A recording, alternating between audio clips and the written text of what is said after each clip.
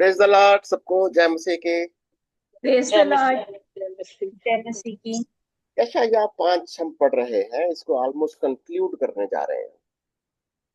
यशायाह 5 जब हम पढ़ रहे थे, हमने क्या देखा था कि यशायाह उस समय यहूदा के लोगों को, जो कि दक्षिणी राज्य है, उसको डांट रहा है, उनको चेतावनियां दे रहा है, ताड़ना दे रहा है।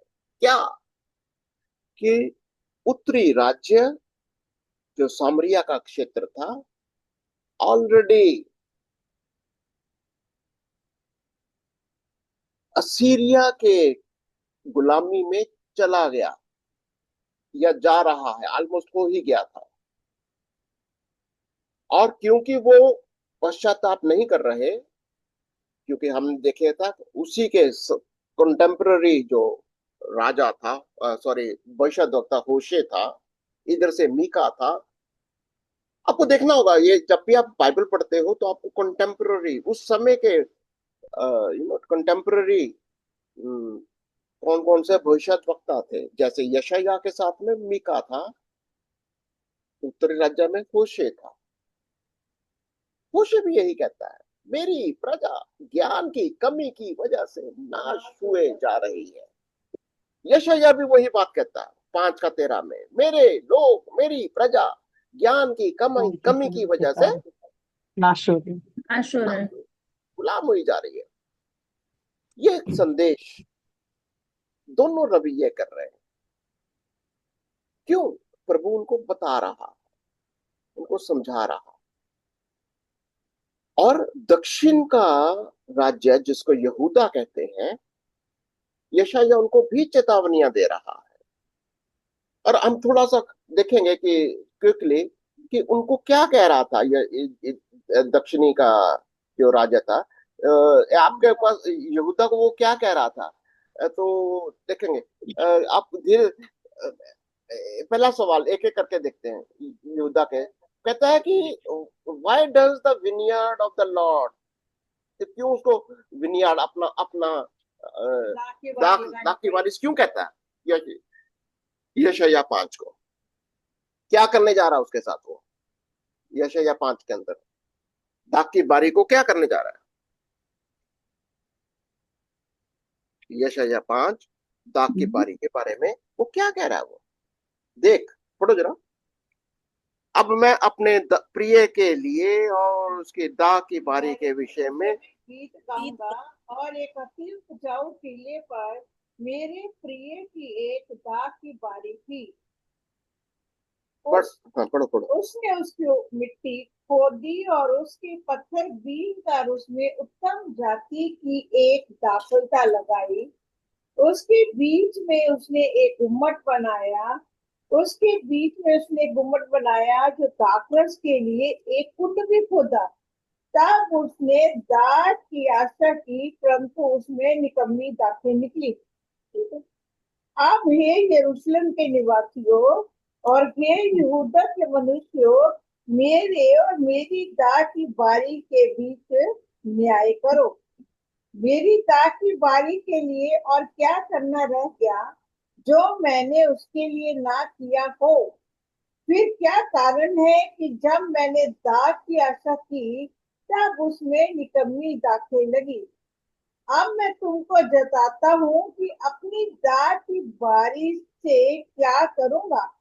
मैं उसके कांटे वाले बाड़े को उखाड़ दूंगा कि वे चट की जाए, और उसकी भीड़ को ढा दूंगा कि वे रोटी जाए। मैं उसे उजाड़ दूंगा, वह ना तो फिर छाटी और ना खोदी जाएगी, और ना उसमें भांति भांति के कटीले पेड़ उगेंगे।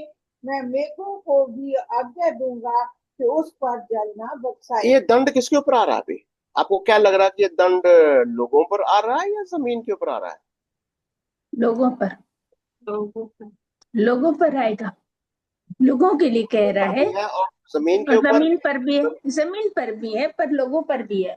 जब दंड आता है ना, तो वो आपका पूरा सिस्टम के ऊपर दंड आता है। आपकी पूरा प्रॉपर्टी, आपकी जायदाद, आपकी सारा। जमीन, देखो, ये हमेशा याद रखना, परमेश्वर का दंड आपके सब कुछ, वो जो भी कुछ तुम्हारा वातावरण है, के अनुसार जो भी वहाँ का उस तुम्हारे जलवायु देश के अंदर जो जमीन है, वो तुम्हारी उपज भी नहीं देगी।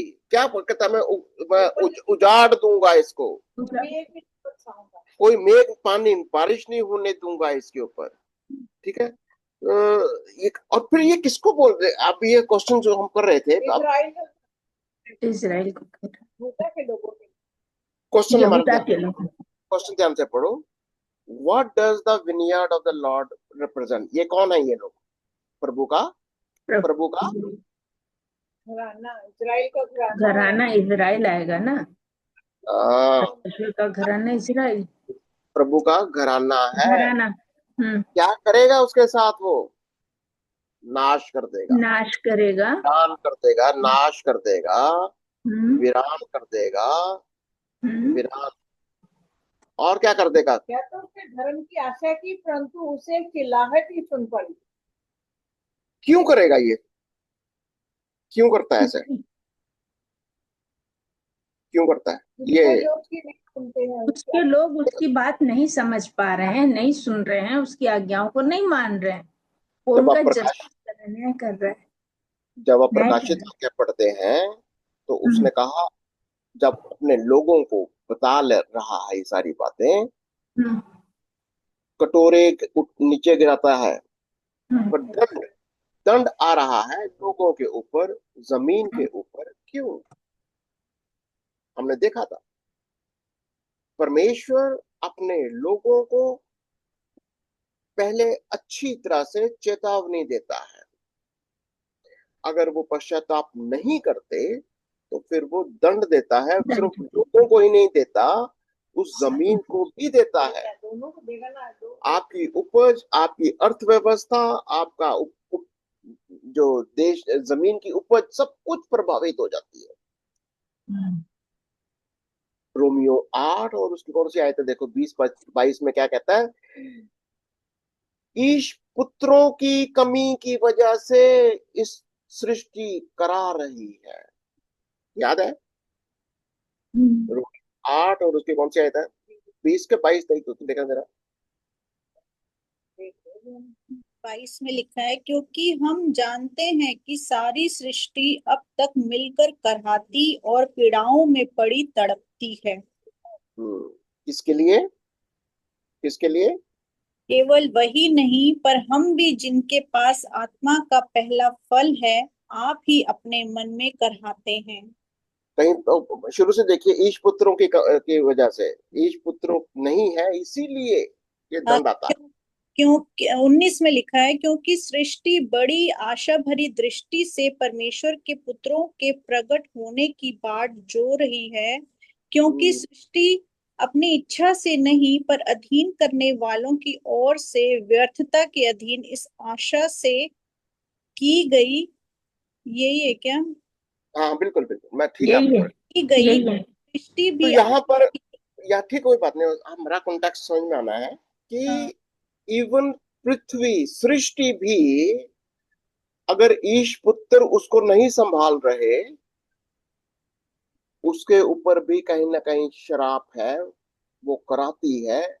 और ईश पुत्रों का वो इंतजार करती है कि कभी आएंगे, ईश पुत्र आके मुझे संभालेंगे, क्योंकि प्रभु ने इंसान को सृष्टि की देखभाल करने के लिए बनाया है, भेजा है। पर लेकिन अगर इंसान अपनी जिम्मेवारी को, अपनी बुलाहट को अपने नहीं करेगा, तो दंड उसके ऊपर भी आता है और उसका असर सृष्टि के ऊपर भी होता है। ठीक है ना? और यही चीज हम देखते हैं कि यशायाह के अंदर, जब उत्तरी राज्य तो चला गया असीरिया की गुलामी में, दक्षिणी राज्य अभी ये पश्चाताप नहीं कर रहे।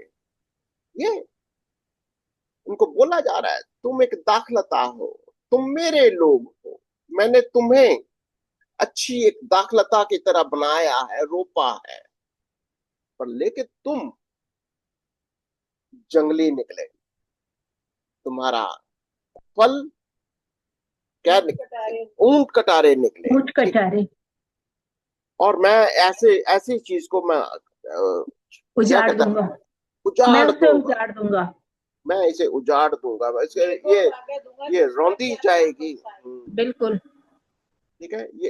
अब यहाँ पर हमें इन सब चीजों के सवाल जवाब करते हैं, जैसे हम कि क्यों कर रहा है परमेश्वर ये सारी बातें, क्यों करता है, जो उस इच्छा के अनुसार नहीं चलता परमेश्वर अपने घराने के साथ वो क्या कर रहा है। अगला सवाल देख लेते हैं। How does आइजिया develop my beloved. कौन है बिलवर्ड उसकी? ये दाग की बारी, ये दाग की बारी को वो क्या करना चाहता है, कैसे करता है वो, कैसे क्या करता है उसके साथ, क्या करता है? उसको उगाने के लिए अच्छी मिट्टी खोदता है, सब कुछ करता है, फिर भी निकम्मी दाखें निकल आती है, फिर वो कहता है मवेशी को बारिश में बरसात उजाड़ दूंगा, हाँ, काटी जाएगी, कटीली भेगे ना आएंगी, फिर बारिश ना पड़ेगी कि वे जल से फिर लौटा। ओके। और अगर आप देखेंगे कि उसके ऊपर हाय बहुत सारी जगह पर आपने देखे हाँ, होंगे, वो हाय हाय, हाय, हाय क्यों बोलता है वो? हाय तुमको ये अंग्रेजी में क्योंकि वो बोलता है। नष्ट हो रही है ना, उसने हाँ, मेहनत से लगाई दाग की बारी। जैसे 5 की पहले उसमें पैराग्राफ में देखते हैं कि अच्छी मिट्टी डाली, अच्छी खाद डाली, सब कुछ किया है उसने, फिर भी दाग की बारी से जो निकल रहा है वो अच्छा नहीं निकल रहा, कटीले पदार्थ, कटीली तारे निकल रही हैं, तो वो दुखी हो रहा है। तब वो उसको कह रहा है कि मैं इसको छांट दूंगा, क्योंकि वो चाहता है दाग की बारी फलवंत हो। खुदा यही चाहता है ना कि उसके बेटे बेटियां आगे बढ़े, फलवंत, उसके राज्य को फैलाएं। पर जब हम हाँ। नहीं करते हैं तो वो हम दंड भी देता है। अगर अगर दाग की बारी फलदायक नहीं है, तो दुख की बात है ना। फिर वो उसको हाँ जी। नाश करने के लिए छोड़ देता है, छोड़ नाश देता है, होने के लिए छोड़ देता है। ये बिल्कुल। प्रिंसिपल है परमेश्वर का। यस। हमने पहले भी देखा है, ऑलरेडी इसके ऊपर हमने पहले भी चर्चा कर रखी है, ये सृष्टि पहले भी नाश हुई थी। हुई थी, कह हुई थी। ये उत्पत्ति पहला अध्याय और पहली 2 आयतें, इस बड़ा खुलासा है उसके अंदर कि इस हम्म। पृथ्वी सुनसान थी, बेडाल बेडौल थे। क्यों? क्योंकि पहले सृष्टि को नाश किया गया दाग था। किया गया। बस। जब पृथ्वी के ऊपर लोग, जो भी उसकी रचना अगर वो उसके अधीनता में उसके अनुसार नहीं है, उसको वो नाश कर देता है। नाश कर, यूहन्ना की पत्री में लिखा है ना, जो डाली मुझ में बनी रहेगी वो फल हाँ, लाएगी, और फल जो लाएगी। तो काट डाली जाएगी। हम्म। बिल्कुल। नूह के समय भी उसने ऐसे ही नो, किया। जी बिल्कुल। बिल्कुल। जब लोगों ने प्रभु की आज्ञा में नहीं बने रहे, उसने पानी फ्लड के साथ नाश किया। सदोम अमोरा को भी नष्ट किया उसने, क्योंकि वहां पर भी यही गमोरा को भी चीजें आ नाश गई किया। थी, पूरा नाश बिल्कुल। कर दिया। और अपने बिल्कुल। लूत को जो विश्वास में था उसको उसने बचा लिया। भाई जो विश्वास से बचाया, खुदा का कलाम। ये क्रिया को सबको समझते रहना है। परमेश्वर अपनी सृष्टि को नाश करता है अगर वो फलदायक नहीं होते। नहीं। यस। होगा ना, जो डाली यीशु के साथ बनी हुई हाँ, डाली मारता है हम्म, ताकि और ये तो फले। सारा और फल एक निचोड़ हो गया कि उसकी अगर आज्ञाकारिता में हम बने रहेंगे तो बिल्कुल। फलवंत होंगे। तो फलवंत हो गए। उसकी कलीसिया, यस। उसकी पत्नी, और उसके जितने भी लिखा है वचन में, सब यस। सब मेन यस। है। वो कई जगह लिखा है कि कितने लोग मसीह पे विश्वास करते हैं, उतनी भीड़ बहुत है, और उसकी आज्ञा में चलने वाले बहुत चुने हुए लोग हैं, कम लोग हैं। तभी देखो, तो वो छांटता है, तभी ना छांटता है। डालियां तो बहुत हैं, शाखाएं बहुत हैं, पत्ते भी हरे हरे दिख रहे हैं, तो फ्रूट कम है। जब फ्रूट कम है तो वो हरी वाली पत्तियों को भी निकाल देता है जिनमें फल नहीं होते, वो छांटता है। अगर आपने यशायाह को पढ़ रहे हैं तो आप जो जो रेमनेंट अंग्रेजी में बोलता है, या बाकी के लोग, बचे हुए लोग, उन पर निशान लगाओ, क्योंकि बहुत सारे लोग नाश हो जाते हैं। हम्म। क्योंकि यशायाह हमेशा वो जो बचे हुए लोग हैं, रेमनेंट होते हैं, उन उनको बचा लेता है। जितने भी लोग बच जाते हैं, जो पश्चाताप करते हैं, उनको वो बचा लेता है। ठीक है। अगर आपने निशान लगा रहे हैं कहीं ना कहीं, विचार बनाया था कि 1000 साल यीशु राज करने आएंगे, कुछ लोग बचे रह जाएंगे। बिल्कुल बचाएगा बचाएगा। हाँ, बचाएगा। बहुत सारे लोग जो जो पश्चाताप करते हैं, जो प्रभु के पास आते हैं, प्रभु को पुकारते हैं, उनको वो बचा लेता है। ठीक है, तो ये सारी बातें यहाँ पर यशायाह उनको बता रहा है, और ये प्रिंसिपल हमको समझना है कि कैसे प्रभु उनको कहता हाय उन पर जो लोग परमेश्वर के वचन को नहीं सुनते, उसकी आज्ञा को। पर लेकिन सवाल है, क्या आज भी यही हो रहा है? हाँ, क्या आज भी यही हो रहा है? बिल्कुल यही हो रहा है। कुछ लोगों को परमेश्वर के चेतावनियां, परमेश्वर का वचन जो हमको समझाता है कि अगर हम देखें, सुसमाचार अपने आप में एक भेद है। भेद क्या है? इफिसियों 3 अध्याय के अंदर कई जगह इसको भी आप अगर इसको भी अगर आप एक कुंजी शब्द लगाएंगे ना, गॉस्पेल इज अ मिस्ट्री, भेद है ये। अगर आप इसको समझेंगे तो इस भेद को अगर हमने नहीं समझा तो बहुत खतरे की घंटी है।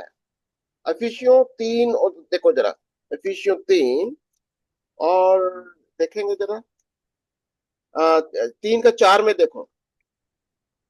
जिससे तुम पढ़कर जान सकते हो कि मैं मसीह का वह भेद कहाँ तक समझाता हूँ, जो और समयों में मनुष्यों की संतानों को ऐसा नहीं बताया गया, जैसा कि आत्मा के द्वारा अब उसके पवित्र प्रेरितों और भविष्य वक्ताओं में प्रकट किया गया है। चलो इसका 9वीं आयत पढ़ लो। मैं 9वीं कर दो, 3 का 9। सब पर ये बात प्रकाशित करो कि जिस उस भेद का प्रबंध क्या है जो सबके सृजनहार परमेश्वर में आदि से गुप्ता। देखिए, सुसमाचार एक भेद है। क्या है ये भेद? परमेश्वर पाप को देख नहीं सकता, पर लेकिन आपको इस पाप से बचने का वो रास्ता जरूर दिखाता है। जैसे यीशु मसीह हमारे पापों का दंड अपने ऊपर लेकर हमें इस पाप और पाप की शक्ति से वो आजाद करता है। और इसको अगर हम देखेंगे कि ये भेद, ये भी एक बहुत बड़ा कुंजी शब्द है। ध्यान दीजिए कितनी बार नए नियम में इस भेद को लिखा गया, और पुराने नियम में भी भेद है ये। परमेश्वर अपने लोगों को इस भेद को दिखाता है कि मैं अपनी सृष्टि को बनाता हूं, मैं ही अल्फा हूं, मैं ही ओमेगा हूं, मैं ही बनाता हूं, मैं ही नाश करता हूं, मैं ही अपनी दाग की बाड़ी के इसको बनाता हूं, दाग की बारी को बनाऊंगा, और अगर ये फलवंत नहीं होगी मैं इसे नाश भी करूंगा। और ये भेद है, और परमेश्वर ये भेद चाहता है कि हम लोग सब समझ जाएं और जान जाएं। तो अब यहाँ पर वो डी पॉइंट को पढ़ेंगे। What do you learn about the house of Israel? Israel के बारे में, इजराइल को अगर ऐसे करना चाहते हो कर लो। आज इजराइल एक भेद है सारी दुनिया के लिए। इजराइल एक भेद है। आज परमेश्वर ने इजराइल को अपने बोला ये मेरे लोग हैं, पर लेकिन न्याय अपने लोगों से शुरू करता है। अपने लोगों से न्याय शुरू करता है। अगर वो पाप करेंगे, अगर वो आज्ञाकारी नहीं होंगे, तो परमेश्वर उन्हें दंड देता है। और वैसे ही कलीसिया अपने आप में एक भेद है। क्या? कि यीशु मसीह हमें अपना बदन कहता है, हम यीशु मसीह के बदन हैं। लेकिन साथ ही साथ में अगर यीशु ने पाप और पाप की शक्ति के ऊपर जयवंत होकर पिता के दाहिने हाथ जा बैठा, आज कलीसिया को भी बेदाग निष्कलंक होने की जरूरत है। अगर आज शैतान आपको अगर किसी भी तरीके से आपको किसी भी गुलामी में रखता है, प्रभु शैतान का जरूर इलाज करेगा। पर लेकिन अगर कोई भी कलीसिया के अंदर, जैसे हमने पहला करंथियों 5 के अध्याय में पढ़ा था, जानबूझकर कोई वह विचार करता है तो उसे भी शैतान के हाथों में सौंप दिया जाता है। बिल्कुल वही नेचर है उसका, यही उसका स्वभाव है। अपनी दाह की बारी को वो नाश कर देता है, उसको रौन देगा जब तक वो पश्चाताप नहीं करता, जब तक वो बुलाएगा नहीं, जब तक वो अपने गुनाहों का इकरार नहीं करेगा, वो उसको छोड़ देगा रौंदने के लिए। और यही प्रॉब्लम होती है बहुत सारे लोगों की, कि वो समझते नहीं है कि उनकी जिंदगी के अंदर इतनी समस्याएं क्यों हैं।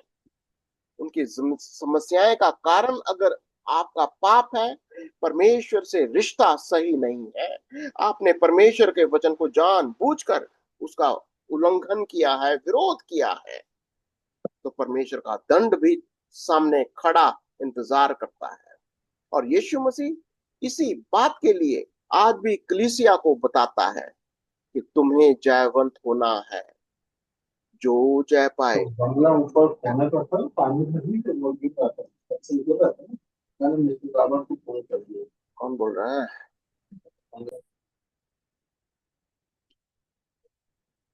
ओके, चलो आगे चलें, अगला सवाल देखते हैं। Can you reconcile God's anger with Isaiah's love? क्या लिखता है? क्या परमेश्वर का क्रोध क्यों करता है? प्रभु क्रोध क्यों करता है? और फिर वो अपने प्रेम, अपने यशाया, अपने लोगों से प्रेम क्यों करता है? कैसे करता है प्रेम? आपको क्या लगता है? अगर इसकी 30 आयत से देखेंगे, यशाया 5 और उसके 30 आयत से देख लेंगे, अगर बल्कि 26 से 30 कर सकते हैं, क्या लिखता है वो? वह दूर दूर की जातियों के लिए झंडा खड़ा करेगा और सीटी बजाकर उनको पृथ्वी की छोर से बुलाएगा। देखो, वे फुर्ती करके वेग से आएंगे, उनमें कोई थकान नहीं है, कोई थकान नहीं, ना कोई ठोकर खाता है, कोई होने वाला नहीं, किसी का फेंटा नहीं खुला और किसी के जूतों का बंधन नहीं टूटा।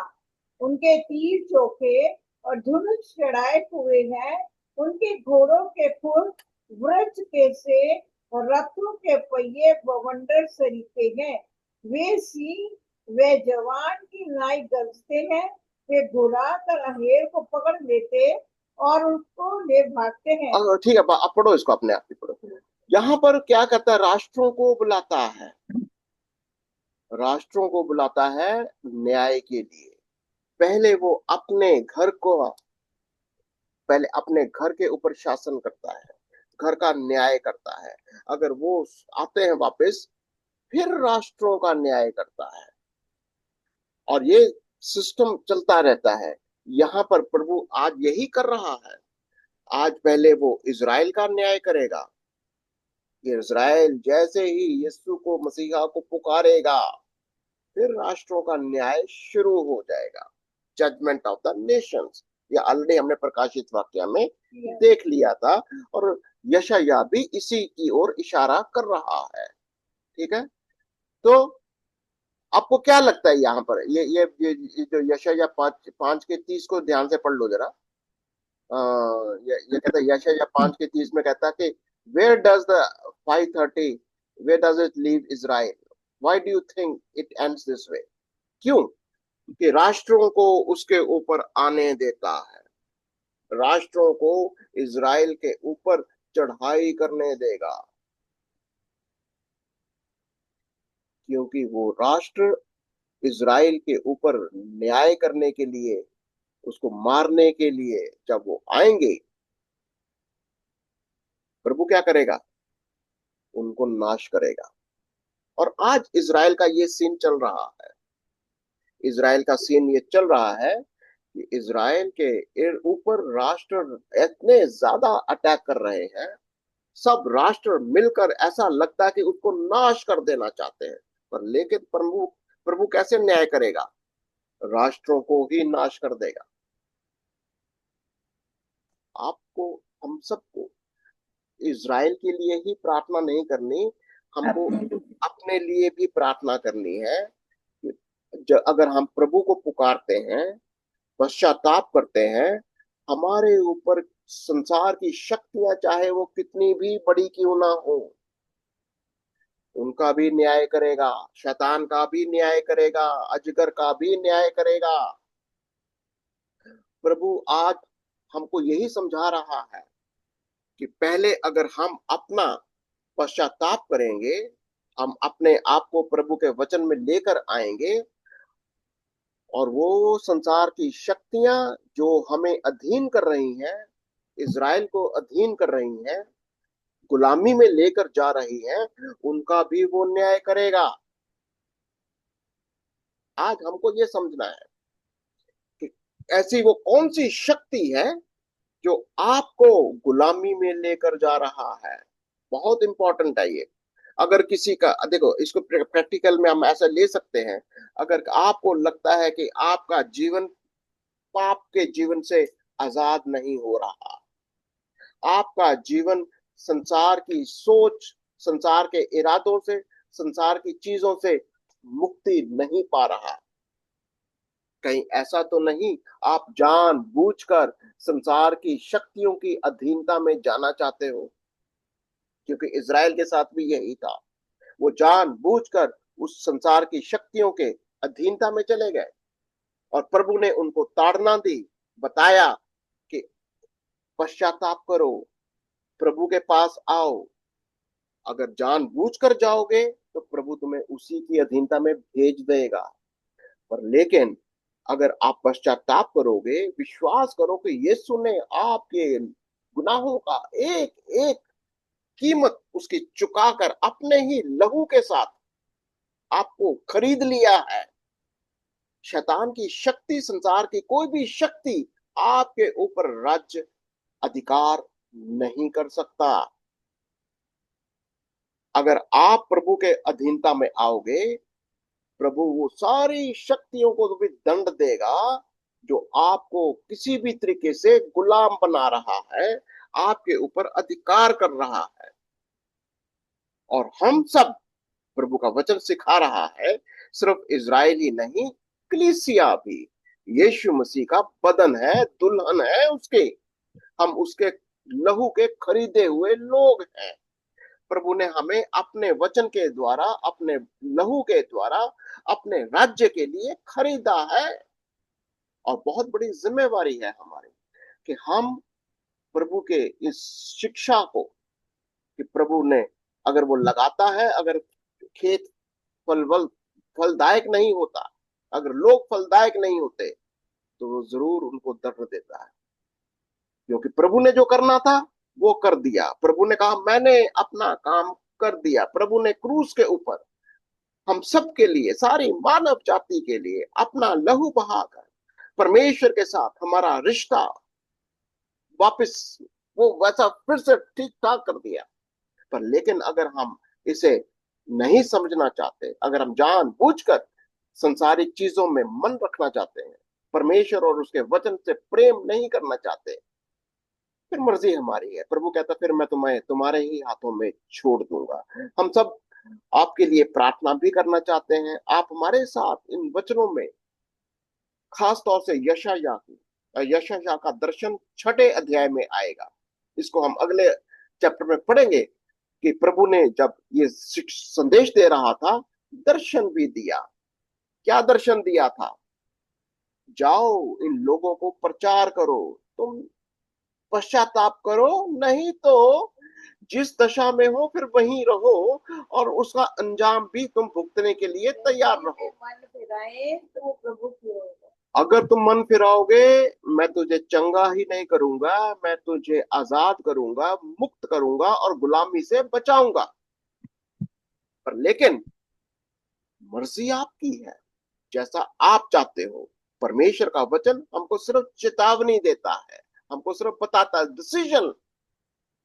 वो जो डिसीजन होता है वो हमारा अपना होता है कि हमें परमेश्वर के वचन को, यीशु मसीह को अपना राजा करके अपना मन के अंदर ग्रहण करना है या नहीं।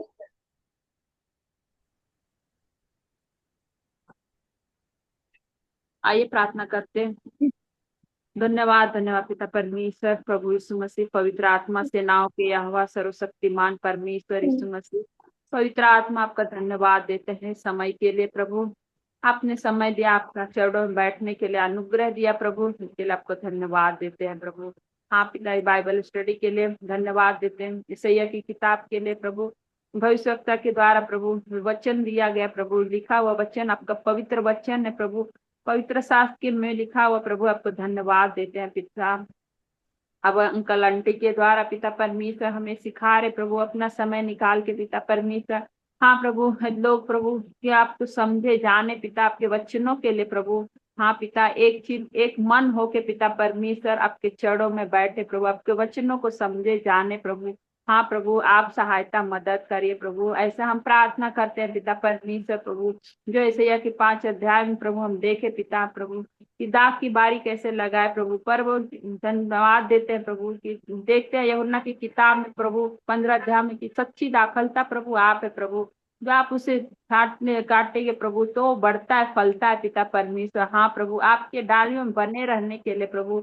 हाँ पिता परमेश्वर, आप हर एक को सहायता मदद करिए प्रभु, दया करिए पिता परमेश्वर, हम प्रार्थना करते हैं क्योंकि आपके योग्य कोई नहीं है प्रभु, सारी सृष्टि के कर्ता परमेश्वर आप है प्रभु।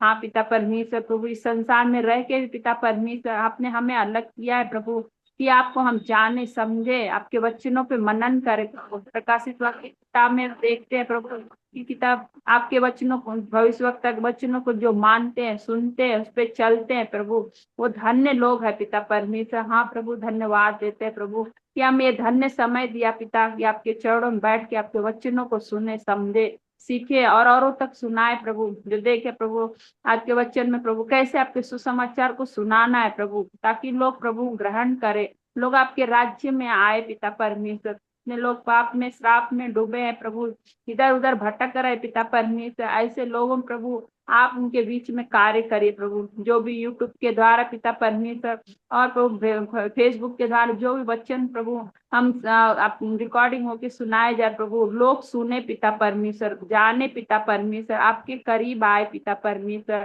कि लोग प्रभु मन फिराए प्रभु, क्योंकि अपने का मन फिराओ क्योंकि स्वर्ग का राज निकट है प्रभु। हाँ प्रभु, आपको धन्यवाद देते हैं पिता परमेश्वर कि प्रभु आप स्वर्ग के अधिकारी बनाने के लिए लोगों को ढूंढ रहे प्रभु, जांच रहे पिता परमेश्वर। ऐसे लोग आपके करीब आने दीजिए प्रभु, सहायता मदद करिए प्रभु। लोगों को कितने परेशानियों में, दुखों तकलीफों में जूझ रहे पिता परमेश्वर, से लोग के लिए प्रार्थना करते हैं प्रभु कि आए प्रभु आपके चरणों में पिता। जो भी लोग सुने पिता परमेश्वर वचनों को प्रभु, आपको माने पिता परमेश्वर पूर्ण नीति से पिता परमेश्वर। हाँ प्रभु, प्रार्थना करती हूँ, धन्यवाद देते हैं प्रभु। जुड़े हुए हर एक बहनों को प्रभु आपके हाथों में सौंपते, और प्रभु हर एक को आप सहायता मदद, हर एक के प्रार्थना को आप जानते पिता परमेश्वर, हर एक के कमी घटी को प्रभु आप सहायता मदद करिए, आशीष करिए प्रभु अपने स्वर्गीय भंडार से पिता, क्योंकि आप स्वर्ग के अधिकारी प्रभु, स्वर्ग और पृथ्वी के अधिकार प्रभु आपके हाथों में पिता परमेश्वर। आप सहायता मदद करिए, हर एक को आशीष करिए, ताकि आपके वचनों में आपकी दाखल बने रहे पिता, क्योंकि सच में आपकी दाखलता प्रभु आप है पिता परमेश्वर, आप में बने रहने के लिए, ताकि 1000-100 गुना फल ला सके पिता परमेश्वर। प्रार्थना करती हूँ, दया करिए, धन्यवाद देते हैं प्रभु। ऐसे कल आंटी को भी प्रभु आपके हाथों में सौंपते, उन्हें और भी बुद्धि ज्ञान समझ विवेक से भर दीजिए, आशीष करिए प्रभु, उनके द्वारा पिता परमेश्वर आपके राज्य में बढ़ती हो प्रभु, आप बढ़े हम घटे प्रभु। प्रार्थना करते हैं उन लोग को स्वस्थ रखिए, परिवार को भी प्रभु आपके हाथों में सौंपते, सेवकाई को भी आशीष करिए पिता। प्रार्थना करते जो भी यूट्यूब के द्वारा प्रभु लोग देख रहे प्रभु, उनको भी आपके हाथों में सौंपते, हर एक की कमी घटी को आप पूरा करिए, और लोग आप में बने रहे पिता परमेश्वर, क्योंकि आप ही सच्चे अच्छे परमेश्वर है प्रभु। प्रार्थना करते हैं, धन्यवाद देते हैं, सारी बातें प्रभु आपके चरणों में रखते हुए मान सम्मान गौरव प्रभु आपको देते हैं। हमारे जीवित खुदा उद्धार करता प्रभु यीशु मसीह के नाम से हम प्रार्थना करते हैं, आमेन। आमीन। प्रभु आप सबको बहुत आशीष दे।